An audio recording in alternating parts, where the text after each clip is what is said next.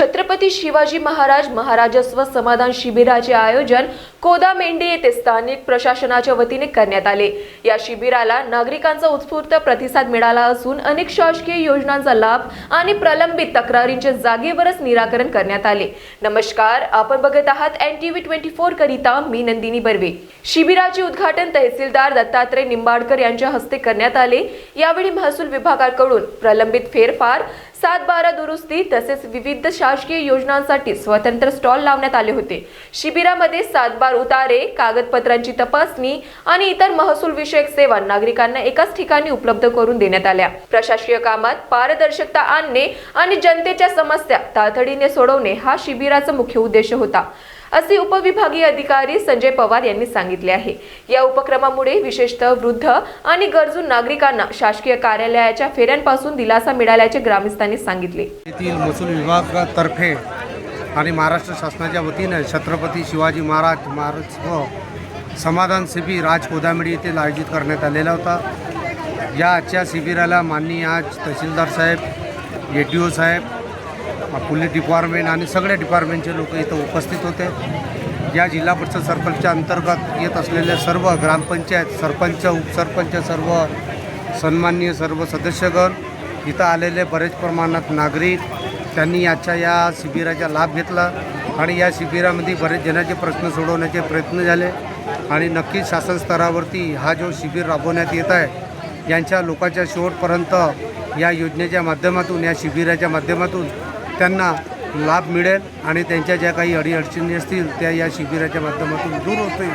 हा शिबिर इथं आयोजित करण्यात आलेला आहे। आपले पालकमंत्री आदरणीय बावनकुळे साहेब यांच्या मार्गदर्शनाखाली इथं जो हा शिबिर आयोजित करण्यात आलेला आहे आणि ह्या शिबिराच्या वतीनं इथं ज्या ज्या गोष्टीची लोकांना गरज होती, ज्या कोणाच्या समस्या होत्या त्या नक्कीच सोडवण्याकरता महसूल विभाग असो, सर्व जिथं असलेले शासन विभाग ते आपल्या स्तरावर प्रयत्न करून लोकांच्या समस्या दूर करतील अशी मला आजच्या या शिबिराच्या माध्यमातून एवढंच बोलून शिबिर इथं आयोजित करण्यात आला। शिबिराच्या माध्यमातून सर्वांचा आभार मानतो। महसूल मंत्री तसेच पालकमंत्री नागपूर आणि अमरावती यांच्या संकल्पनेतून साकार झालेल्या छत्रपती शिवाजी महाराज राजस्व अभियानाची सुरुवात आपण कोदामेंडी मंडळातून आपण करत आहोत। या कोदामेंडी मंडळातील सर्व गावांमधील तसेच शेतकऱ्यांचे, कष्टकऱ्यांचे आणि सामान्य नागरिकांचे प्रश्न सुटावेत या अनुषंगाने प्रत्येक मंडळामध्ये आपण शिबिरं घेत आहोत। यानंतर धानला, खात आणि इतर मंडळामध्ये सुद्धा शिबिरं घेतली जातील। यात उपविभागामध्ये आज आपण कोदामेंडी आणि कोराडी येथं आपण शिबिरं घेतलेली आहेत। यामध्ये जवळपास 15 ज्या विविध योजना आहेत त्याच्या अनुषंगाने आपण कामकाज करत आहोत। अतिशय कमी कालावधीमध्ये माननीय महसूल मंत्री यांनी कार्यभार सांभाळल्यानंतर जवळपास 37 शासन निर्णय काढलेले आहेत। 8 ते 10 प्रकारच्या कायद्यांमधल्या दुरुस्त्या केलेल्या आहेत आणि ह्या दुरुस्त्या सर्वसामान्य नागरिकांपर्यंत पोहोचाव्यात याच्या अनुषंगाने शिबिराची आपण हे केलेली आहे, व्यवस्था केलेली आहे। आजच्या प्रसंगी मी एवढं सांगू शकतो की ज्याप्रमाणे तुकडेबंदी आहे, पोट हिस्सा आहे, पोट हिस्साला सद्यस्थितीमध्ये कुटुंबातील व्यक्तींमध्ये जर पोट हिस्सा करायचा असेल तर 200 रुपयामध्ये पोट हिस्सा करून मिळणार आहेत। त्याच पद्धतीने ज्यांनी ऑक्टोबर 2024च्या पूर्वी करारनामा किंवा खरेदी खताने 2R, 3R अशा जमिनी घरांसाठी खरेदी केलेल्या असतील त्या सगळ्यांचे 7-12वर नावं आणण्याचा हा अतिशय महत्त्वाकांक्षी GR आहे।